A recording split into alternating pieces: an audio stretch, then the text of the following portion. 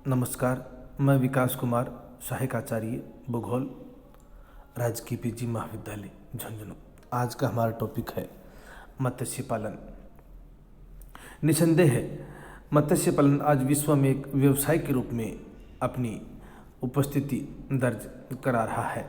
निश्चित रूप से विश्व के विभिन्न देशों में मछली को खाद्यान्न के रूप में उपयोग में लाया जाता है। मत्स्य पालन व्यवसाय प्राचीन काल से ही खाद्य आपूर्ति के रूप में काम आता रहा है। विभिन्न महाद्वीपों में स्थित महासागर, तालाब, झील, नदियाँ आदि में मछलियों को पकड़ने का कार्य भी किया जाता है। उष्णकटिबंधीय प्रदेश में जलीय भागों में मछली व्यवसाय सीमित मात्रा में किया जाता रहा है। वहीं समशीतोष्ण अथवा उपध्रुवीय जो क्षेत्र है वहाँ जलीय भागों में मत्स्य पालन का जो व्यवसाय है वह अपने बड़े स्तर पर है। विश्व में खाद्यान्न के रूप में प्रयोग में लाए जाने वाले जंतुओं में से 3% खाद्य पदार्थ मछली द्वारा प्राप्त किया जाता है। बहुत से ऐसे देश हैं, कंट्री हैं जहां कुल खाद्य पदार्थ का 10% तक भी खाद्यान्न मछलियों के माध्यम से प्राप्त होता है, जिनमें नॉर्वे, जापान, न्यूफाउंडलैंड जैसे क्षेत्र हैं। मछलियों की वर्तमान में अगर प्रजातियों की बात की जाए तो 40,000 ऐसी प्रजातियां हैं जो कि व्यापारिक और खाद्यान्न के उपयोग दृष्टि से महत्वपूर्ण हैं, लेकिन उनमें से कुछ ही ऐसी मछलियों की प्रजातियां हैं जैसे हेरिंग, सार्डिन, एनकोवी, कॉड आदि विश्व के हर कोने में मिलती हैं। विश्व में सर्वाधिक जो मछली है पकड़ी जाने वाली उसका नाम है इंकोविटा। इसके अलावा अलास्का पोलक, अटलांटिक हेरिंग, इसकी वजह टूना, यूब मैक्रल आदि का भी उत्पादन किया जाता है। मछलियाँ अधिकांशतया झुंडों में पाई जाती हैं। इसके अलावा मछलियों में खनिज तत्वों की बहुत ही अधिक मात्रा पाई जाती है, जिसमें आयरन, कैल्शियम, आयोडीन, तांबा, मैग्नीशियम, फास्फोरस जैसे खनिज तत्वों की मात्रा पाई जाती है। मछलियों से प्राप्त होने वाले तेल में विटामिन ए और डी की अधिकतम मात्रा पाई जाती है। मत्स्य उत्पादन के लिए कुछ दशाएं होती हैं। उन दशाओं के होने से ही वहाँ मत्स्य उद्योग को गति मिलती है। उन दशाओं में पहला है प्लैंकटन की आपूर्ति, यानी जो मछलियों का मुख्य जो भोजन है वह प्लैंकटन होता है। प्लैंकटन जो है वह सूक्ष्म जीव पादप होते हैं जो मछलियों का प्रमुख भोज्य पदार्थ भी है, जिसका निर्माण समुद्र में पाए जाने वाले असंख्य जीवित पदार्थों द्वारा होता है। प्लैंकटन समुद्र में अधिकतर उन भागों में पाए जाते हैं जहां सूर्य किरणें आसानी से जल में पहुंच सकती है। साधारणतया प्लैंकटन महाद्वीपीय मग्न तट पर पाए जाते हैं।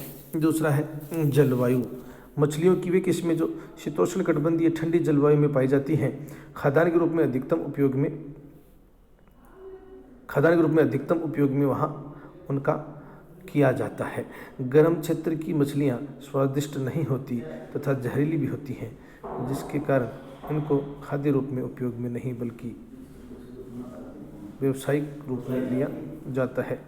मछली व्यवसाय हेतु अधिकतम जो टेम्परेचर है वह 20 डिग्री के आसपास होना चाहिए,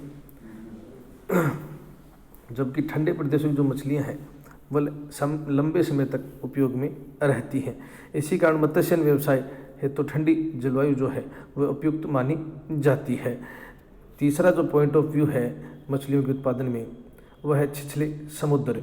मछलियों के प्रमुख भोज्य पदार्थ समुद्र के उन्हीं भागों में पाए जाते हैं जहाँ सूर्य की किरणें समुद्री जल में प्रवेश करती हैं। सूर्य की किरणें समुद्र के जलीय भाग में केवल 200 मीटर की गहराई तक ही प्रवेश कर पाती हैं, अतः मछलियां भी 200 मीटर की गहराई तक ही पाई जाती हैं। गहरे समुद्रों में सामान्यतया मछली नहीं पाई जाती है। चौथा पॉइंट है नदियों के ज्वारनदमुखी मुहाने। नदियाँ धरातलीय भाग में से बहकर आती हैं तथा अपने साथ अनेक पदार्थों को बहाकर भी लाती हैं। यह पदार्थ भी मछलियों द्वारा अपने भोजन के रूप में ग्रहण कर लिए जाते हैं। अतः नदियों के मुहाने पर जहाँ नदियाँ समुद्र में गिरती हैं, भोज्य पदार्थों की अधिकता होने के कारण वहाँ मछलियाँ पाई जाती हैं। 5वां पॉइंट है समुद्री धाराएं। निश्चित रूप से जहाँ ठंडी व गर्म जल धाराओं का संगम होगा वहाँ प्लैंकटन की मात्रा अधिक पाई जाती है और वहाँ अधिक मात्रा पाई जाने के कारण मछलियों की बहुलता देखने को मिलती है। अतः इन दोनों धाराओं के मिलन स्थल पर मछलियों की अधिकता से वहाँ व्यवसाय अपने उन्नत रूप में होता है। जनसंख्या की अधिकता। अधिकतम जनसंख्या होने और अन्य खाद्य पदार्थों की कमी होने से भी मनुष्य मछली अन्य जंतुओं के द्वारा खाद्यान्न प्राप्त करता है।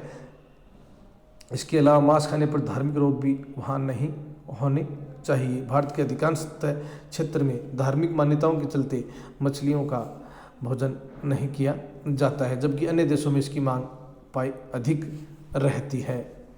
मछलियों की अगर 7वां जो पॉइंट है वो यातायात है। यातायात भी मत्स्य उत्पादन को बहुत प्रभावित करता है कि उनके निर्यात के लिए अच्छे बंदरगाह, जहाज, इनकी उत्तम व्यवस्थाएं भी होनी चाहिए। मछलियों की अगर प्रजातियों की बात की जाए तो इसकी चर्चा हम पहले ही कर चुके हैं कि विश्व भर में मछलियों की लगभग 40,000 प्रजातियाँ पाई जाती हैं। इन्हें 2 वर्गों में बांटा गया है। पहला है खारे पानी में पाई जाने वाली मछलियाँ। महासागरीय मछलियाँ भी इनको कहा जा सकता है, क्योंकि खारे पानी की जो मछलियाँ हैं वो सामान्यतः महासागर में ही पाई जाती हैं, जिसमें हेरिंग है। इसे विलापवर्ती मछली भी कहा जाता है। विश्व में अधिकतर मात्रा में हेरिंग किस्म की मछलियाँ ही पकड़ी जाती हैं। अटलांटिक महासागर के उत्तरी भाग और जापान व चीन के तटीय भागों में इनका झुंड देखने को मिलता है। मैक्रल, इनकी लंबाई भी 40 सेंटीमीटर तक होती है। ये अधिक स्वस्थ होती हैं। इनका अधिक उपयोग किया जाता है भूमध्य सागर, दक्षिणी स्कैंडिनेविया, संयुक्त राज्य अमेरिका के कैरोलिना राज्य में ये पाई जाती हैं। इनके अलावा मैनहट्टन, कॉड, सार्डिन और टूना जैसी खारे पानी की मछलियाँ भी भारत स्तर पर पकड़ी जाती हैं। स्वच्छ पानी की मछलियाँ। स्वच्छ प्रजाति की मछलियाँ महाद्वीपों के आंतरिक भागों में स्थित झरने, झील, तालाब आदि जल स्रोतों में पाई जाती हैं। उत्तरी अमेरिका, यूरोप के आंतरिक भागों में स्थित जल स्रोतों में ट्राउच, पर्च, पाइक और सालमन जैसी स्वच्छ प्रजातियों की मछलियाँ देखने को मिलती हैं। भारत, पाकिस्तान, बांग्लादेश, रूस के कैस्पियन सागर, काला सागर, चीन और जापान के मध्य भाग में जलीय क्षेत्रों में स्वच्छ पानी की मछलियाँ पकड़ी जाती हैं। संसार में स्वच्छ पानी की जो मछलियाँ हैं वो बहुत कम क्षेत्रों में है, क्योंकि स्वच्छ पानी की मात्रा निश्चित रूप से पृथ्वी पर कम ही पाई जाती है। अन्य प्रजातियों में उत्तरी अमेरिका में, अलास्का, ऑरेगन में, प्रशांत महासागरीय तटीय क्षेत्रों में भी देखने को मिलती हैं। इसके अलावा चिनूक, हम्बेक, साकिया और सिल्वर जैसी मछलियाँ भी पकड़ी जाती हैं। मत्स्य उद्योग में आज के लिए इतना ही। धन्यवाद।